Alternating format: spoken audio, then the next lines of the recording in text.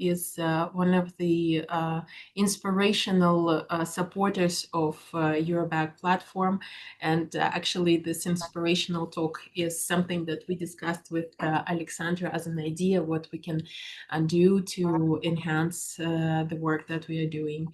And yes, Anastasia Nevenchina is here from Almaty, the Haile Berry International School. I can see our lawyers, Dentons Kazakhstan, and everybody. So welcome, everyone. As I said, we're giving it a little bit of time for people to get connected. I see that they're representatives of Consul General of the American Embassy here and many others. So welcome, everybody.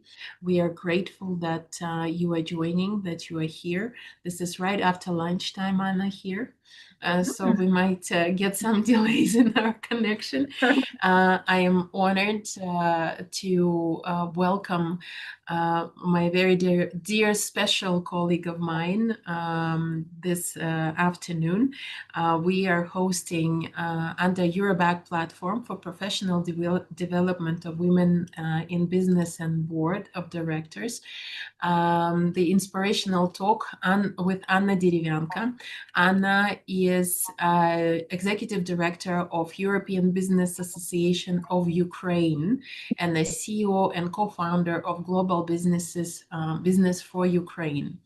I can give you many formal introductions and talks, but I can also tell you that Anna and I met back in 2001 in Brussels, 25 years ago, and ever since we've been in touch. I remember that under this EBO network, we had some trips, exchanging experience, and Anna since then had an extremely powerful and strong association. I think it's one of the leading, or I should honestly say, I believe Anna is the best European business association in the world. And we are members of this network where we have almost 60 business associations. And what Anna is doing in Ukraine is absolutely amazing.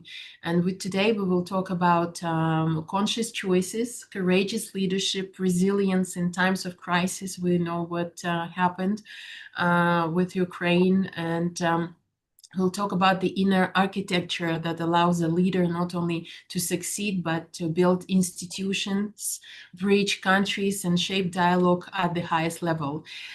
Together today, this afternoon, we will explore professional path, the skills behind strategic leadership, mentorship, and inner support, the power of helicopter view, strategic thinking, and what it truly means to lead with strengths and authenticity. I love this word, especially for women in challenging times.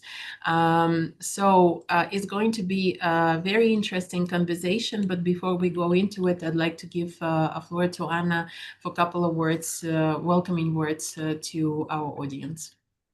Thank you so much, Julie. We really met 25 years ago, but you do not change. On the contrary, you are getting even more beautiful. This is something which could be also inspirational. So in this respect, obviously, I think that both of us can share lots of information on how to pursue your role and mission during all the years of the leadership. Because I personally, I am with the European Business Association, as you can guess, 26 years, and it's also sometimes could be challenging because it's the same organization, the same role, but nevertheless you try to really interest yourself, to self-motivate yourself in order to move forward and to make your job even more challenging, more attractive, more encouraging, and bringing more value to the people around.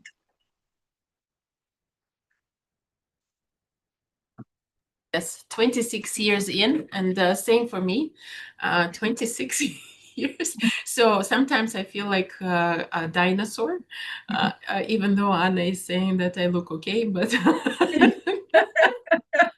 inside I do feel like a little dinosaur, but very consistent, Absolutely, absolutely. and loyal and in it, for good. Uh-huh. All right, Anna, if you're ready, we could just jump into the conversation. My team, younger colleagues, have prepared most of the questions, and I mentioned to Anna before we started live broadcast that they will never forgive me if I don't ask these questions. So let's start with the one that they thought was very important for them to know. When you started your professional career, was there a moment when you realized I am in the right place at the right time with the right people? Hmm. Very interesting question. I was thinking about that, and frankly speaking, when I started my career, I didn't think about this, frankly speaking, because when you start the career, you just do your job, and you try to do it as best as you can, the best as you can, right? And I started my career not in European Business Association, but in construction company, and there it was like really very genuine start and very nice start. I've been there for 3 years, but it allowed me to actually absorb all possible information about customs, about economy, about finance, about accounting, because I remember advices of my mother who was saying that do whatever you can, just do even such things which you are not paid for.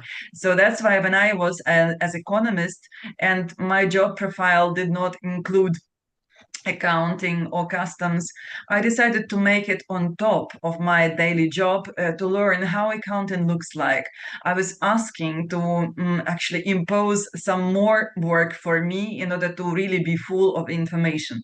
And I believe this kind of approach really shape yourself and shape the possible development of your future career.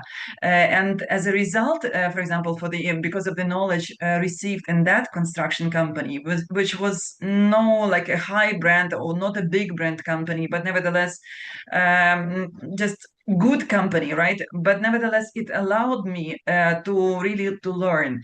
And then, as a next stage, when I came to European Business Association, it was a very small organization at that time. It was 2000, and it was like a small project financed by European Commission, and it was like a really very inviting moment to come in order to basically try to contribute to shaping the business environment and shaping the business community in Ukraine.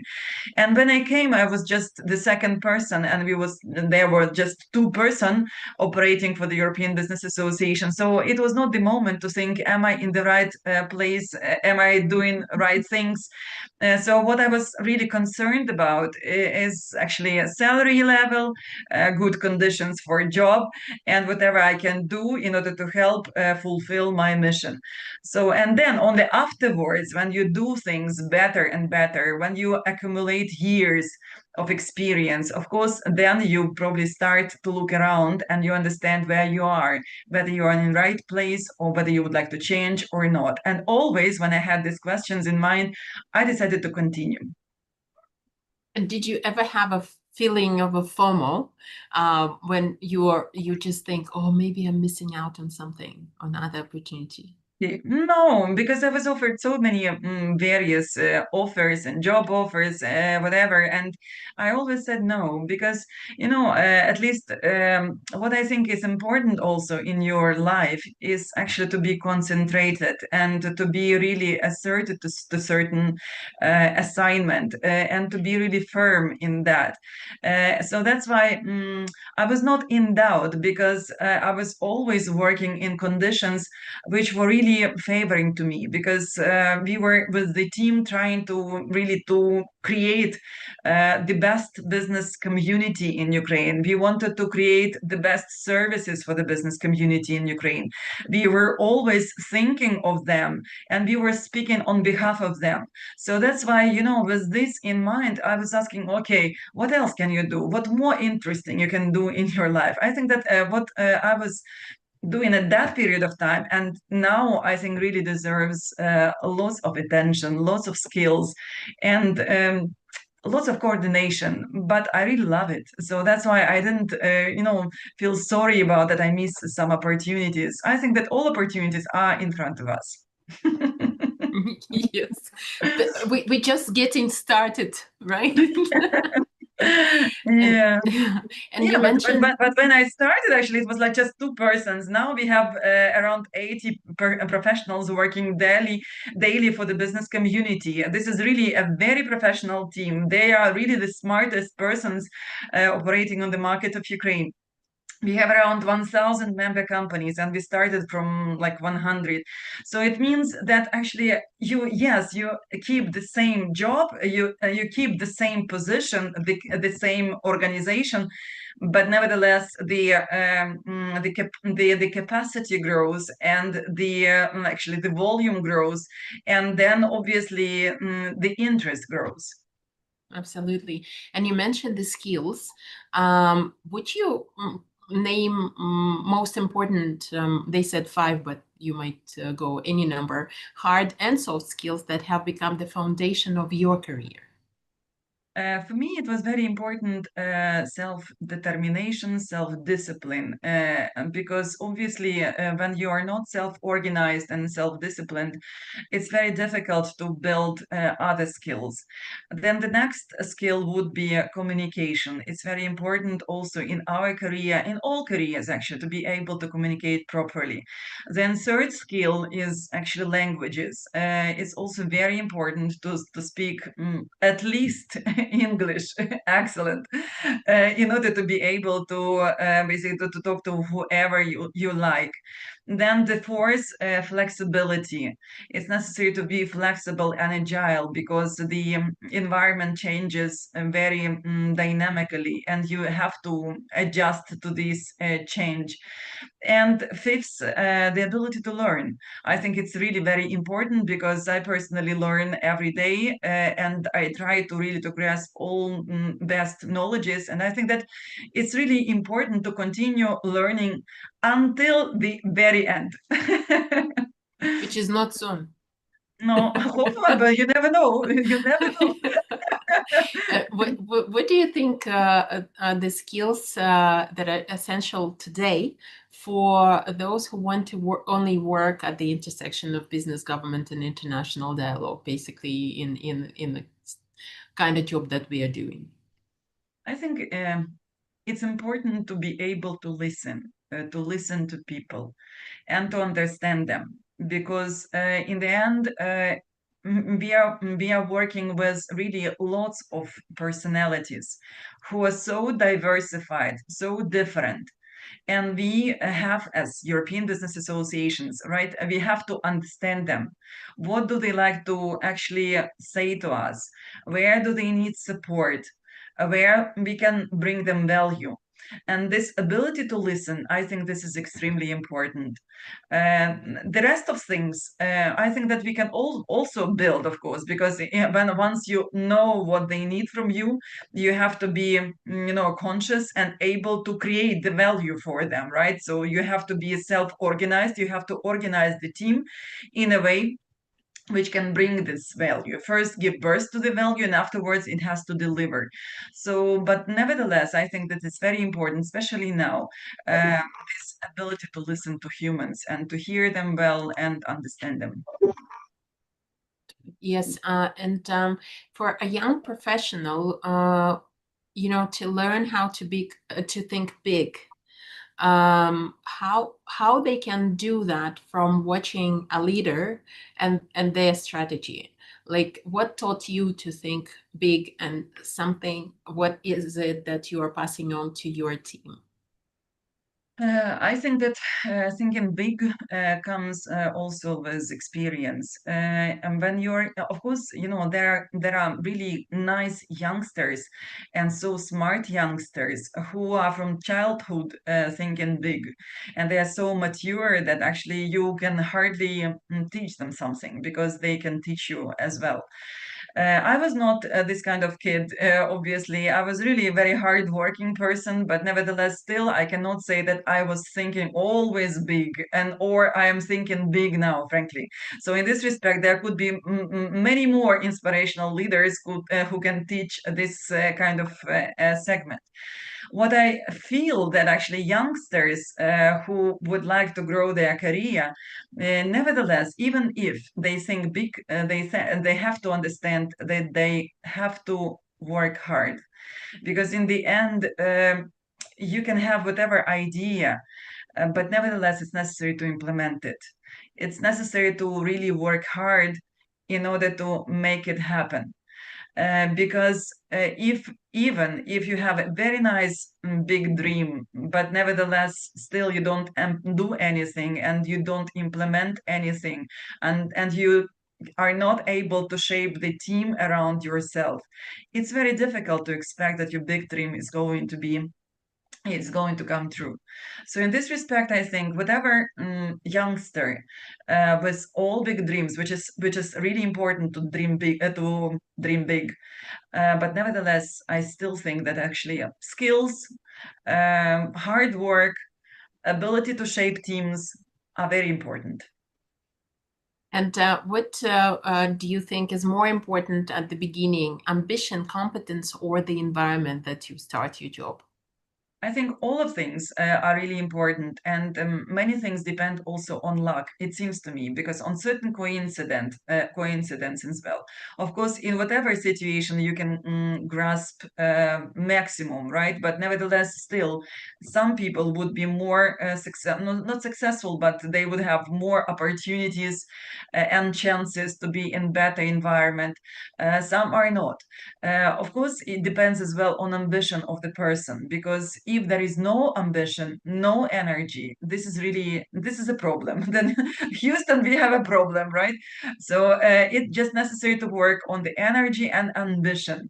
Then, if you have ambition, I think that this is probably more important. If you have ambition, then you would probably work on competences as well, and then as a consequence, you may actually come to the environment, or you can shape the environment which would be really favorable for implementing your dream. So just answering your question, I think ambitions is one of the most important things as to me. And hard work. Absolutely. And shaping the environment. Speaking of the environment, your job considers speaking at a very high level. We are talking to ministers, we are talking to CEOs, we are talking high-ranked diplomats, highest government officials. We're meeting the presidents of different countries. And how did you learn to face all these people and speak to them and engage with them without feeling small? It is by doing. I think that learning by doing, because the first meeting was probably not the best one for me because I was so nervous, etc.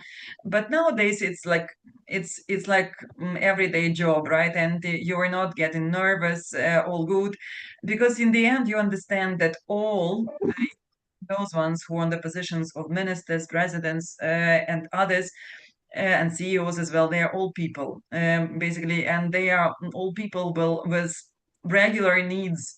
And that's why when you understand all this, you try to really understand them. And you need to actually to bring them that value which they expect from you. But I think that this understanding also comes with experience. Obviously, I was not the same 26 years ago, so that's why if you add to yourself, if you learn always, if you think about how to do your job better every day, then comes this internal stability and internal confidence. And when you're confident from inside, you will be able to hold whatever conversation. If you are not confident inside, then it gives you this, I would say, this, I would like this disturbance, this internal unconfidence, right? And that is felt by people. Normally, it's been felt by people. When you're not confident from inside, it's been felt by people. So that's why I think it's important to be, first of all, calm. It's important to learn. It's important to grasp and grab experience from whatever directions you can. It's necessary to be interesting, personality, in order to actually be able to hold conversations and then understand people. And that comes with experience, I guess. Experience and also probably mentors. Did you have mentors in your life, and what role did they play in your career? Um, I had no any mentors, but I had like yes and no. From one side, I didn't have any mentors, no any assigned mentors as such. But from the other angle, I'm having mentors on everyday basis because basically you talk to so many nice, bright personalities every day. You talk to the CEOs of companies who are really smart people. You talk to the governmental leaders who are smart people. You talk to your team members who are smart people. So basically, you shape yourself on daily level and daily basis. And you read books as well, basically, and these books could be also considered by me as mentors. So, and in this respect, I'm not assigning myself only to one personality, which could be like a sign mentor for me. Instead, I'm trying to learn from whatever situation or from whatever personality, from whatever conversation I'm holding. And it gives the opportunity to basically grab much wider actually portion of knowledge compared just to one person. I think you answered the question on how young professionals to find a mentor. You just gave the vast direction where to find the Yeah. mentor and how. And if maybe if you didn't have that particular person in terms of a mentor, but did you ever have a role model at the beginning of your career? And No. maybe do you have one now? Also not because again, I think that everyone is unique. And everyone is also living in unique conditions and circumstances.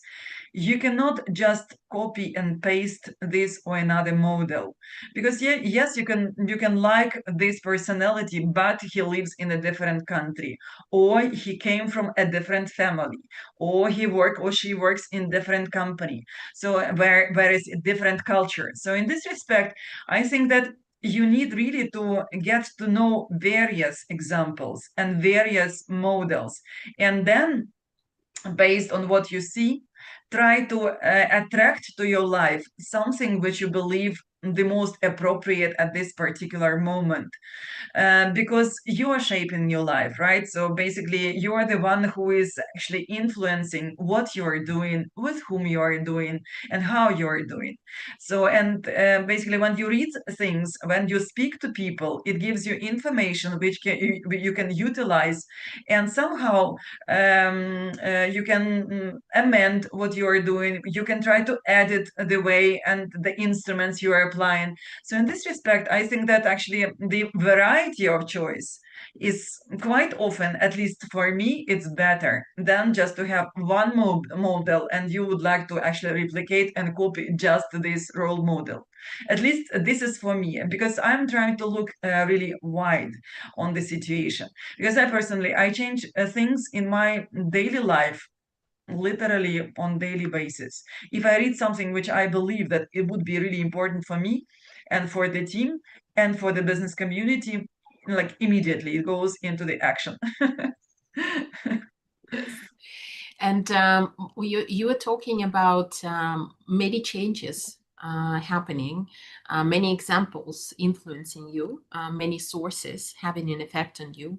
But as a leader, what is your main internal support that gives you the strength and the confidence and that stability within? I think it's important always to understand what is your motivation and what is your ultimate goal, what you would like to actually to achieve. I personally know that I would like to be happy. I would like to be healthy, and I would like to be really doing some very interesting and impactful job. So in this respect, when you have this motivation, you then ask yourself what you can do in order to fulfill these targets. And basically then you build your day based on what you feel is important for your internal targets to be happy, healthy, and fulfilling at your job. And then, of course, you choose what is better for you and what you feel the most appropriate at this or another moment. So that's why, answering your question, I would say that it's necessary to really very well know yourself in order to move forward and not be afraid about certain things. It's necessary to understand your motivation and basically have this internal confidence that everything will be all right. Yes. And when you have developed into a strong leader, when you know where you stand, you have your base, and you grow into a bigger association. Like you said, you started from 2, now you're almost 80, over 80 plus. How do you develop your team? How do you develop your young colleagues today? Well, our young colleagues and not so young colleagues, we are very inclusive and we have various ages in our team. And what I'm really fond of about our team because that it likes to grow, it likes to develop. And I personally, I'm just so happy to see the development in the course of life in various personalities. Because for example, I remember what kind of person it was like 10 years ago, and now I see the change, and it is really outstanding. What do we do? We do many things. When it was a smaller office, I personally, as a leader, I was doing things. I gave certain responsibility to people. If they cope, they are okay. If not, I just changed the personality. But since then, I was growing and I was changing. And now, of course, we have really a very well structured team, and we have a very good human resources director and her colleagues who are really trying to help the team to develop. And normally, what do we do for people? We give them lots of educational courses, seminars, master classes, the ability to be actually part of our management development center. We also provide for our employees language courses so that they can also grow their skills. We can advise books which they can read in order to grow. We also basically inside the organization we also have mentorship. By the way, I didn't have my mentor, but nevertheless inside the organization we launched the program of coaching and mentorship. And also, final thing, we give freedom to people because I think it's important to give freedom to person. If the person is free, then it has the opportunity to unlock its potential. Because in the end, what is really very important is to unlock potential of people. And you say that I'm a strong leader. I don't consider myself as a strong leader, frankly speaking. Yes, we are doing good things all together, but I'm strong because the team is strong. Because I know whatever I need as a leader, for example, or as a member of the team, I will be supported by my team members. And we have so many people who are much more intelligent than me, right? And they are doing certain things which really make the organization richer and more valuable for members. So that's why basically freedom, I think that what helps me to develop, and freedom what we are trying to give also to our members of the team. Unmute. Unmute. Unmute. Sorry, I think this is a good time, Anna, when you can talk about the changes that you've done since the war in Ukraine started, because you're talking about freedom, but there was a lot that you changed in how you approach the office life, and you mentioned a couple of words how people are working right now. So I think that kind of covers the freedom part. If you can Yeah. a little bit elaborate, I think it'd be interesting for us. Uh, yeah, when first of all we started to change when COVID came, Yeah. because before that, I will give you an example. Before that, we used to live as office in 5 or 6 floors building. Everybody were all together. It was a really a very big. It was the office you've been to, Julia. But then came COVID, and I remember that basically we started to talk to the team members who formed and shaped at that point of time management team, and we were thinking what to do. What shall we do with the office facility? And I remember very well the conversation that actually they said it's necessary to go to the smaller office. And basically, we went to co-working space. It is really luxurious hotel for business, but still hotel for business is not like a private space for us. But we as institution, which get used to really very official style of being in the office, we decided to switch to more creative way of doing things. And then this phrase of my colleague who was telling to me that, Anna, I think that if the world is changing, we cannot actually remain the same. So we should change with the world. So, and we went to this co-working space. It was a challenge for us, but we decided that it was really a very good thing because it gave us flexibility and opportunity to be agile. We learned how to work from whatever point of Kiev, from whatever point of Ukraine.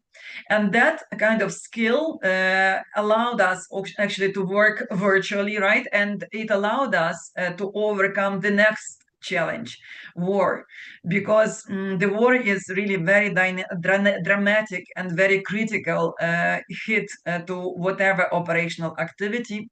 But nevertheless, since we were prepared with COVID, we were really very agile and very flexible. And we, as the team, we started to work literally from the second day of the war. So we never stopped as the team. So we continued. Yes, we were already in different countries of the world, and we were working virtually. But nevertheless, we continued to be serving as the team. We knew the mission, we knew the targets, we were prepared. We knew that actually the security of people is number one priority, but nevertheless, also security of the organization is number two as well for us. So that's why wherever we were and wherever we are now, we are trying to actually to bring this value to membership. So just summarizing the response on your question is that is something what I would like to say. What really changed is that we have become more flexible, more agile, more I would say digitally equipped, and more sustainable because and more creative as well, because always you have to create new solutions, new decisions. And by the way, as part of the our creativity and thinking about the business community and of Ukraine in 2022, when the war started in Ukraine, basically we decided to launch a new direction, a new chapter of our development. We started the global dimension, and we registered in Switzerland our extraterritorial business development arm, Global Business for Ukraine. And the idea of that institution was and is actually to build bridges between Ukraine and other countries of the world, to build bridges between the business representatives who doesn't know anything about how to do business in Ukraine and how to enter Ukraine, and connect these people with intelligence of the European Business Association and the business community, which is part of the EBA. So in this respect, it gives you the understanding that actually resilience is the skill, agility and flexibility, creativity, and basically optimism and enthusiasm to act in whatever environment we are in. I just hope that you all noticed, and I want to highlight, in time of war, second day, we were already working, and we were creative to introduce more new things. I mean, this goes beyond of resilience and crisis management or whatever. It's just we go into more creative mood, and this is something that is absolutely outstanding and definitely deserves a round of huge applause here. I see some hands Thank you so much. flying, and I have the question of how you maintain this resilience, and how do you feel as a leader in extreme situation? I think that you've covered all of I feel this. all right. I feel all right, and I personally try to be happy in whatever situation we are in, because we can. There's always a saying, or there was like a thing I was reading that, right, the one wise person, when he wakes up, he has a choice either to be happy or to be complaining about everything. And to some reason, this wise person always chooses the first option. So I prefer to do the same. So why to complain about everything? I prefer to choose an option to be happy. Because in the end, everything is about choice. You choose your company, you choose your attitude, you choose the person you are with, you choose the instrument, mentor, whatever. So in this, you choose a book. So in this respect, I think that the freedom to choose is also very important. So it gives also flexibility to me and the opportunity also to be happy in whatever situation I'm in. And I assume that the team that is with you is inspired by this and infected by this attitude as well. And when you went talking about what became different, you mentioned that we are more efficient, we are more effective, we are stronger, and so on. How do you measure that? What instruments you're using? How do you know that you are more? Mm. Look, this is really like a question or this thing with certain history, because like 10 years or 15 years ago, when we were doing advocacy, we were thinking, wow, we are doing so many things, but generally we did not have, the feeling and understanding that something changes for better, something improves. And we decided actually to launch in the system of the EBA, like the track of initiatives and the track of something which we offer to consider to the government as our proposal to change the regulatory environment, and basically result of our advocacy action. And since then, we have this track in place, and we always understand what is the amount of initiatives we as European Business Association are bringing to the table of the government, and what is the amount of those initiatives which have been resolved in favor of business. And I can tell you, last year we supplied to the government around 400 various initiatives with effectiveness rate around 70+% for collective initiatives. In addition to that, it was also around 160 various individual concerns of member companies, and around 90% were resolved in favor of business. So that's why we know that there we are doing really really tough and nice job together with the government of Ukraine. But at the same time, every team member of European Business Association has its own KPI.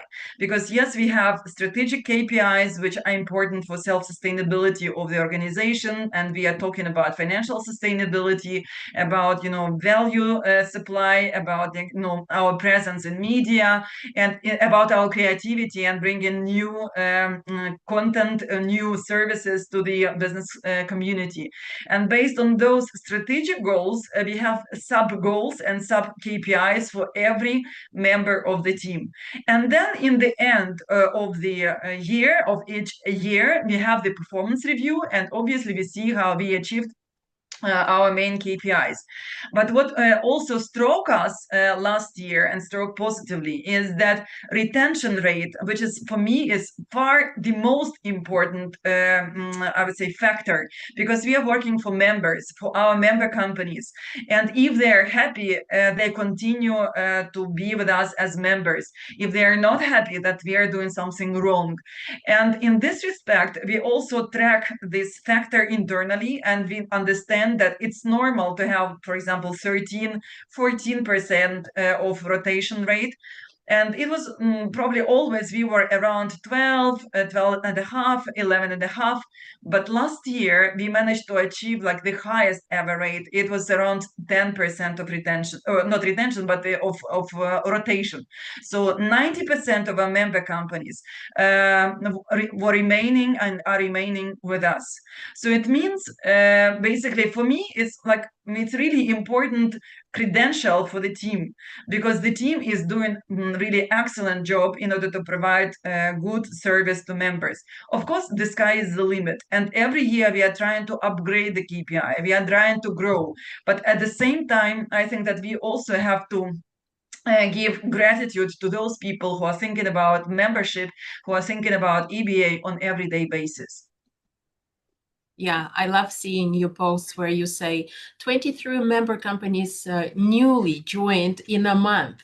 Yeah. I think your membership team is absolutely amazing. What they're doing in a time like this, when Ukraine is in war, you are adding members. You're not losing members. You are adding members, you're adding the services, and we look through the advocacy page, and actually you can go back to 2011 and see what you've been doing. I think this is absolutely inspirational and a superb idea to demonstrate the importance of business association, the collective voice of the business community, and it is also inspiring to see that businesses really appreciate what you're doing. So my kudos on that, and congratulations, applause to you and the whole team. Absolutely amazing.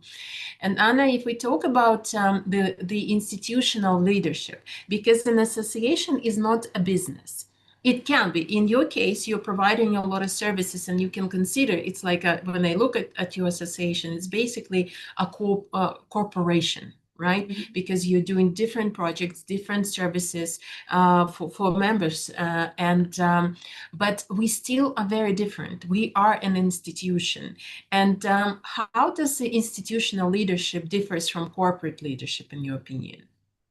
Since I'm the CEO of EBA, I'm also serving on the board of Raiffeisen Bank, and it gives me also the opportunity to compare corporate business and also institutional leadership.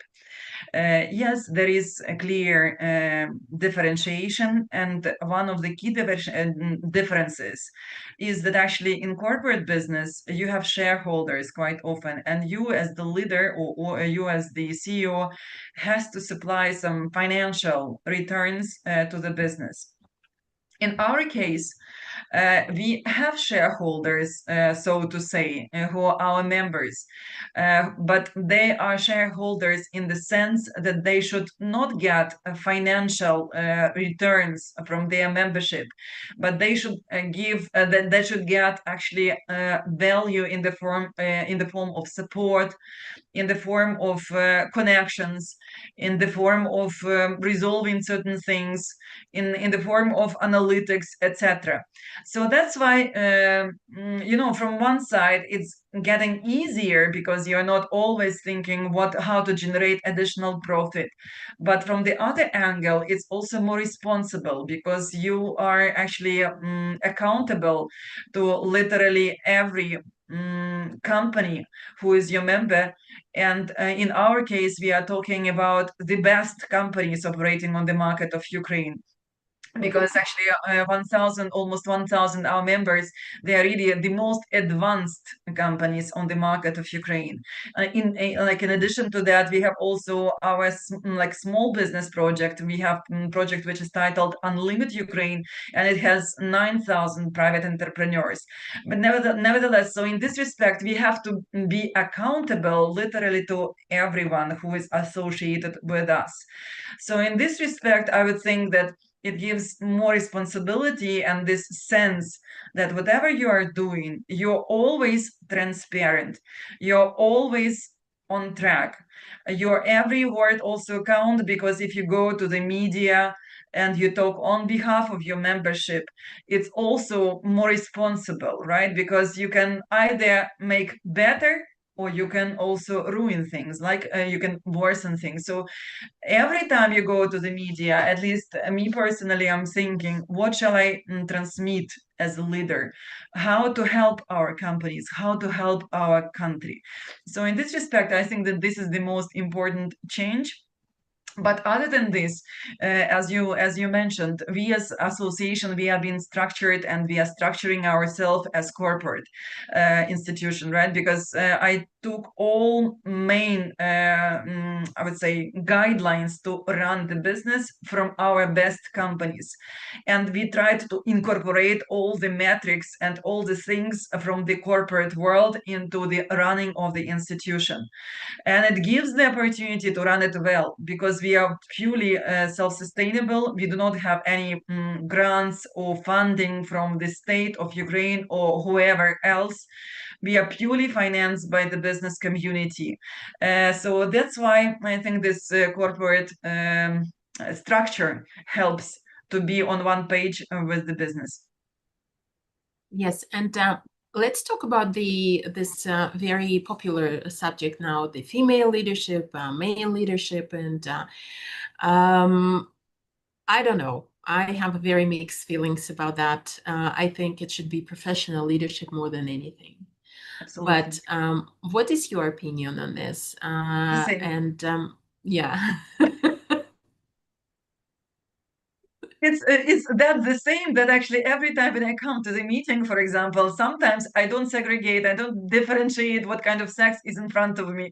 Is it male? Is it female? For me, the most important thing is actually the person and the content and the message he or she is sending to me. Yeah, I totally agree. And it should be, the agenda should be the professional, right? More than gender. But there are different cases in different parts of the world and different countries. And if we are talking and looking at different regions, Eastern Europe and Central Asia, for example, in your opinion, how do you think the connection and the trust or the dialogue is built between our regions? It's just interesting to understand. And how can business association institutions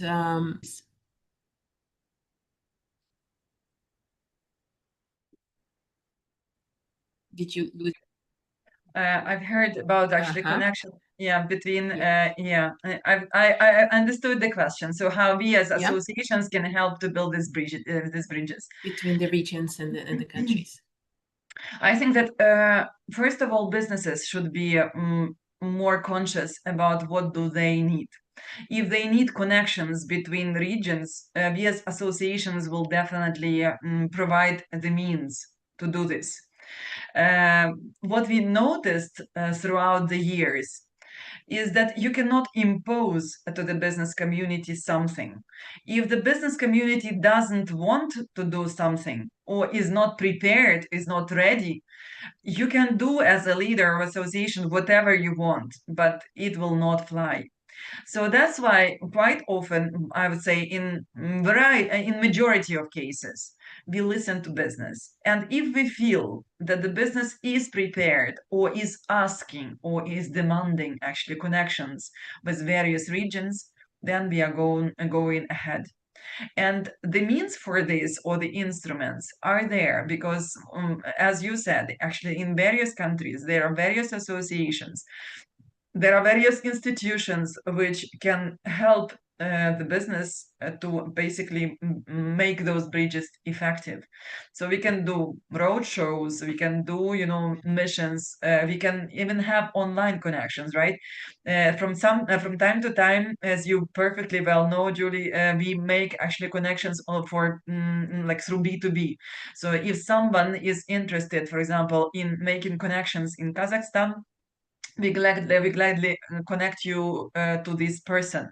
The same applies to you. So in case you feel that in Kazakhstan somebody is looking for the opportunities in Ukraine, you always know to whom to apply. So in this respect, I think that since we carry information about like vast majority of business contacts, we will be the center of basically of some interest. And we always also feel whether it's interesting now to unite the regions or not, right? Yeah. Yes, I agree that being the part of the network, it's important to stay in touch, and we do cooperate closely right now at the moment with our colleagues in Uzbekistan for obvious reasons, and they send companies from them to us and the other way around. So there is a lot of cooperation and engagement. As we are coming to an end of our session on there are questions that my team wanted to ask about the personal energy and the resources. What do you do when you are tired, when you're overwhelmed, when there's work and life balance, and this kind of questions. But I think it's you've given us a lot of information about what kind of personality you are, and it is absolutely obvious that I have never ever in any circumstances, even in the time of war standing at your door, heard you complaining or being afraid or anything of the sort. But does that ever happen to you? And what do you do to return to your happy self? Oh, I think that, of course, I'm like the simple person, and like everyone, I have my ups and downs. But if I feel not okay, I prefer to sleep. I go to sleep just to renovate myself. And then the second thing, which I also find as very important for me, is walkings into the forest, into the nature, into the seaside. Third direction, sports, because it's necessary also to be fit and sound all the time. So in this respect, you just combine those things which are important for me, at least, right, to recharge your pillars. And of course, it's very important to have the family nearby, right? Because the family is also very indispensable, I would say, part of success of every person. Because I firmly believe if you're not happy in like as a person in family, it will be more difficult to provide value and support to others. So in this respect, I think it's really very necessary to take care about yourself, about your family, in order to be really protected at the fundamentals, know for sure what really brings you energy in my case it's sleep, walk and sports, reading could be also, and then Food? No. obviously Food? what food. Food. Food. I like to cook. All right, and now nowadays, for example, You see? I cook bread, I cook ice cream, I cook butter, so many things, right, at home because I like organic and ecological food. But nevertheless, still, if I need to recharge myself, probably better sleep.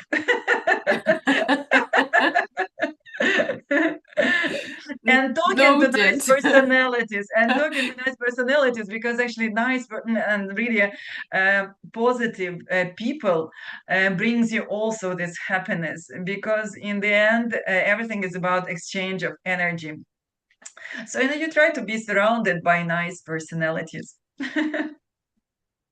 Yeah. So last three questions for this session. And we have 4 minutes. We can stay on, but in respect of time. What would you like people to say about your leadership? Relaxed leadership and enjoyable, I would say, in such a way.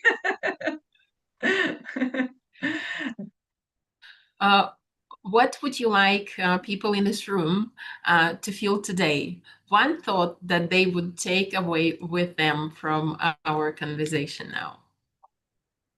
I think that they should be really conscious, and then if they would like to do something, they will definitely be able to do this and to achieve this because the strength is inside every personality.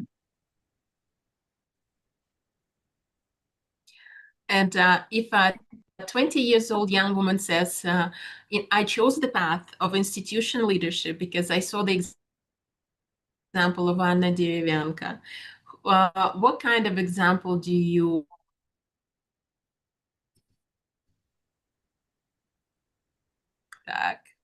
I think that Did you hear the question? yeah, what kind of example? Yeah, I would like to actually to be.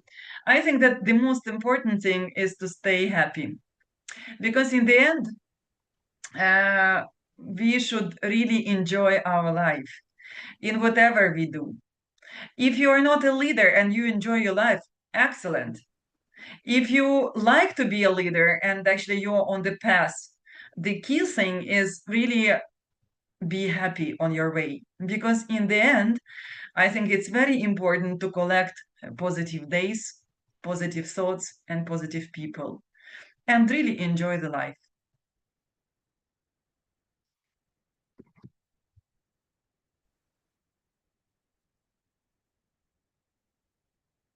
Something happened with connection.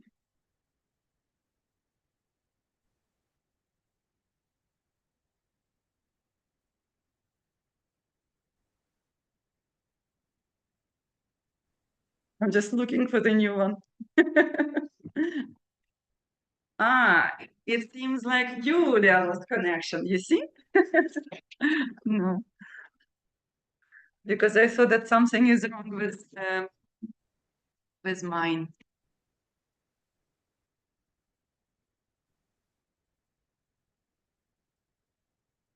Colleagues, it was really Yes, lovely. I lost it. I lost me. I check one Good. thing.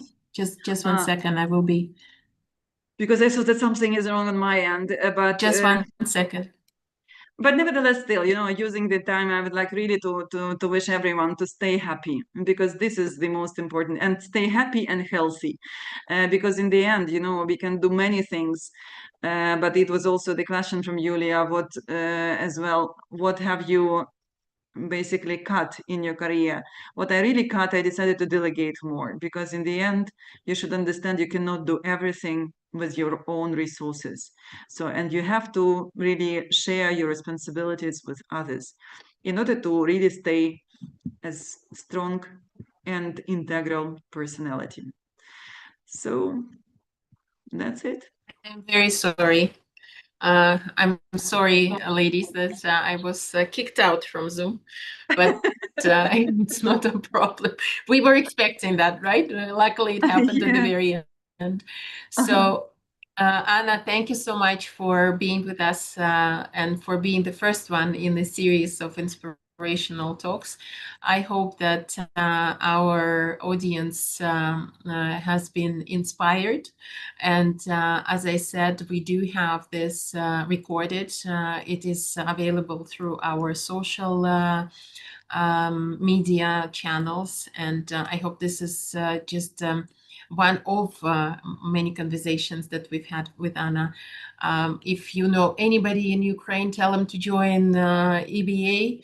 EBA is an amazing organization. They do an outstanding job, and every support we have goes to you, Anna, and to your team. I think you are courageous. You are real heroes to stand and grow and create even more than ever. It's an example to take on and take forward in life. I wish you every success. Please send my regards um, to you and stay in touch. And I hope that one of these days we can see each other in person. You're With always welcome pleasure. to Almaty. Thank you so much. You're always welcome to Kyiv Yeah. and to other places as A well. little later. Yeah. You know, like when we were getting ready for this conversation, Anna said, "Oh, this time I was just in Ukraine, and it was such a blessing that there were not that many bombings and not that many drones flying, and my hair is just moving." But it was wonderful. But You know, Kyiv yeah, I stands hope that and Kyiv continues to operate, and all our members are really operational. 100% of our members stay operational, a majority at full. And we see restaurants, theaters, health, banking, telecom industry all operate without any interruptions. So in this respect, you really enjoy being in Kyiv nowadays. Of course, it's different compared to pre-war time, but still there's such vibe of creativity, of dynamism, of really heroism of people, because people are really incredible. They are so resilient and strong that I'm proud of my nation. And we are proud of you. Thank Thank you you very so much, much. Anna, and all the best. And thank you, everybody, for joining and for listening. It was great to have this conversation. Send us your speakers who you would like to, us to talk to. And you're welcome to unlock your microphones and thank Anna if you would like with your voice. Thank you so much. And thank you. Thank you so much. Let's keep in touch. Yeah. Bye. Enjoy Thank life. you. All